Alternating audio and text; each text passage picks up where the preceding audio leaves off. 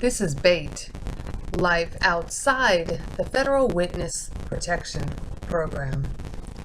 A very dangerous way to exist. Skinhead, deadhead, everybody, gun bad, situation, aggravation, everybody, allegation, innocence, on the news, everybody, dog food, bang bang, shot dead, everybody, gun bad. All I wanna say is that they don't really care about us. They always find some way to affect my nursing employment. Hey, it's Susan. Welcome to today's episode of War Crimes Unit, coming to you live from Mexico. Oh my gosh, they're at it again. Okay, so to give you a little bit of a history on this. You know, I was working up in Bethel, Alaska, and I had some problems. I was explaining this to Officer Turner of the Bethel, Alaska Police Department. I'm like, you know what, they always find some way to affect my employment or my nursing employment because I'm a registered nurse.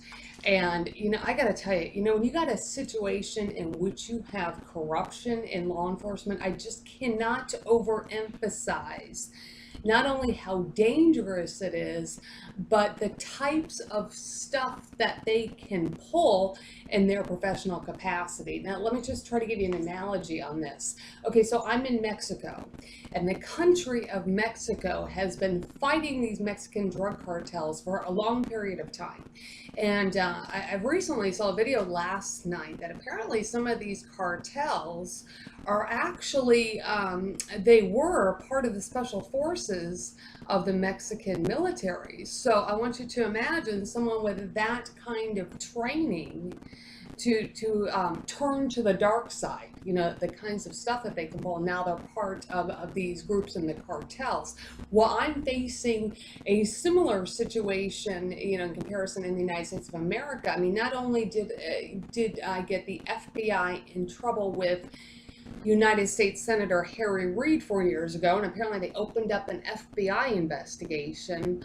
One of these guys in their task force, a guy named Mark Morris, CIA guy, does have military training. So we've got the, you know, Special Forces, U.S. Navy diver supporting the Navy SEALs. So I've got that same problem, the danger of this whole task force working against me. And to the best of my understanding, the FBI it still has jurisdiction, and I know from horrible experiences that they're trying very, very hard to keep jurisdiction and doing whatever they have to do to ensure that that happens. Now, and I mean, I know that there's been some efforts to try to pull jurisdiction.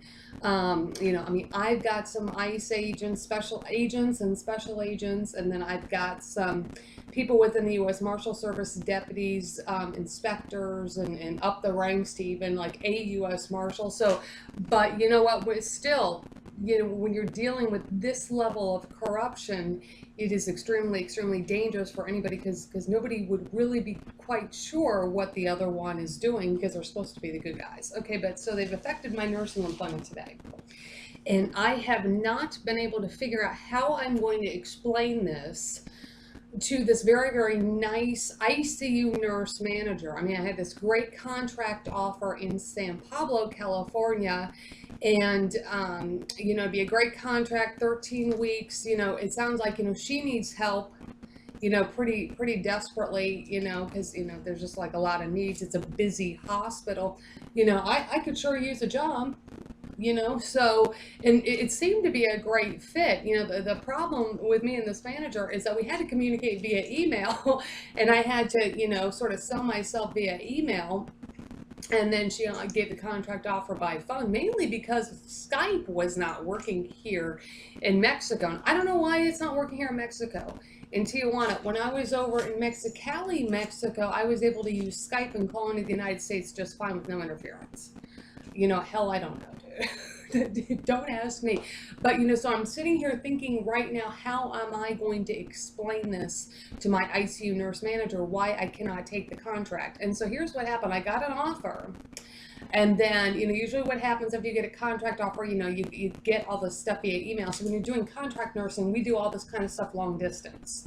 We do stuff via email, fax, and whatever. Because, you know, I'm in one location, the hospital's in another location, the travel company's in another location. Okay, so everything's long distance. And so, but the trouble is, I got these emails. I started doing all of their compliance forms, but my recruiter, Keith, came back all of a sudden. Now here's a keyword I want to tell you. All of a sudden, see, I get a contract offer. All of a sudden, there's a problem. And he wanted my references up in Bethel, Alaska. I did have those uploaded into a portfolio, but here's the trouble. I'm trying to actually stay away from Bethel, Alaska. For a couple of reasons. For one reason is that Officer Andy Reed with the Bethel, Alaska Police Department told me there was going to be an FBI agent going to prison. That was about 1.5 years ago, and we did end up having a personal relationship. At first I think we liked each other, but then I think it became more of a fact of, crap, I got to get Suze through a contract. She's getting totally hacked at work. And, my thought is, well, crap, I got to keep this job so I can have safety money. And so, I don't have Meridian Medical Staffing, my company, mad at me and so forth. So it kind of turned into being something like that, unfortunately. But, generally speaking, Officer Reed is a good guy. But so here's the thing. All of a sudden, there was a problem with my references. They were being pretty insistent on calling up to Alaska.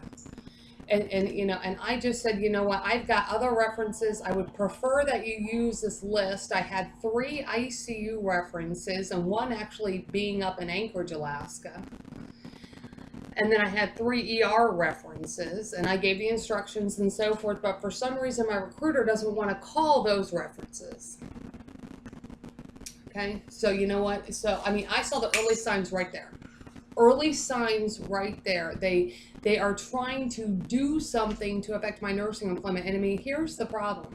There was a lot of sexual misconduct at the YK Hospital in Bethel, Alaska, linked into a guy named Peter who got help from the U.S. Marshal Service to rescue his kids, his 3 children that were kidnapped nationally and internationally. But I tried to get help up there for myself or my little boy, my son Adrian, and I was denied that service. So I would just prefer, other than Alaska Native Medical Center, for someone to not call up there. Do you see? And so that's why I said it was just such a mess. And then also most recently I had some retaliation. I did some retaliation up in Barrow, Alaska, that was pretty significant. And 911 calls were made, a protective order was filed, and the domestic violence shelter was helping me and so forth. But it was so bad up in Barrow, Alaska, that I had to take an emergency flight out of Barrow, Alaska on September 11th. And I hit 6 airports within 24 hours and escaped into Mexico,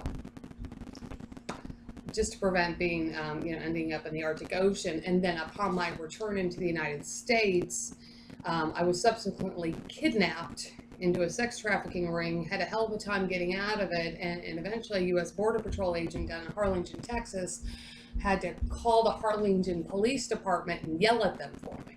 So that's why I said there's quite a war zone going on here. But the early signs are, this Keith, this recruiter, wanting to call up to Alaska. And you know what? This kind of thing has happened before. That's why I said, why don't you just call Alaska Native Medical Center? I worked up there. And even though there was a little bit of a discrepancy in me getting some reimbursement with Alaska Native Medical Center, they were finally able to, how should we say, make right and pay me my full amount of wages. So Alaska Native Medical Center and I are in the good.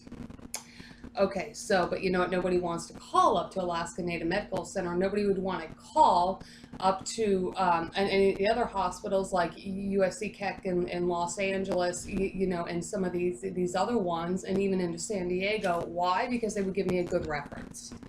Or if they called up to Bethel, Alaska, a couple of the nurses up there would probably give me a bad reference because I wouldn't sleep with them.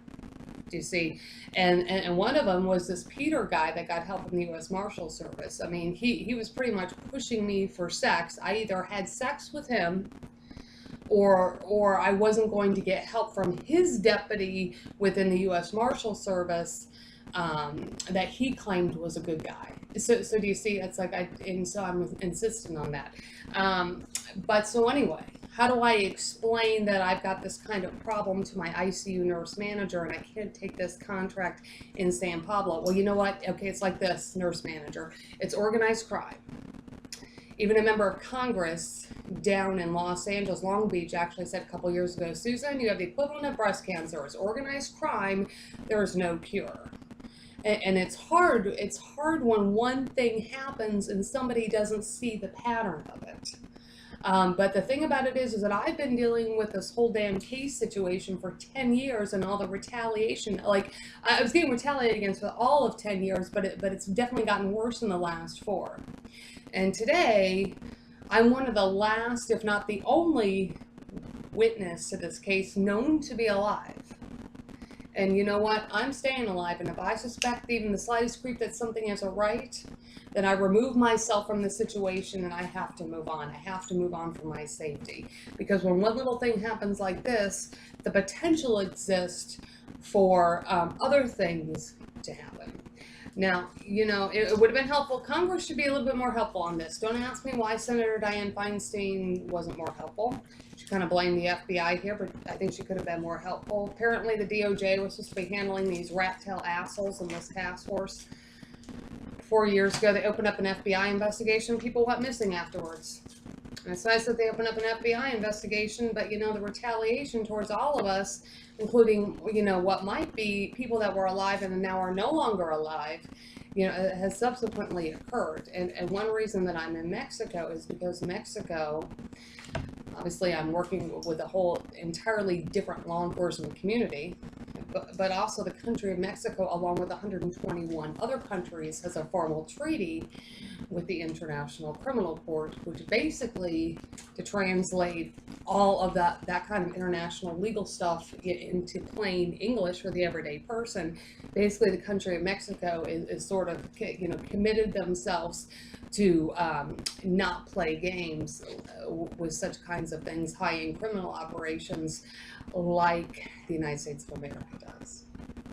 And so that's today's episode of War Crimes Unit. Keep your stun gun handy if you're in the United States. There's real criminals and terrorists out there, ones that the government knows about and intentionally chooses to do nothing about anything. I'll see you next time.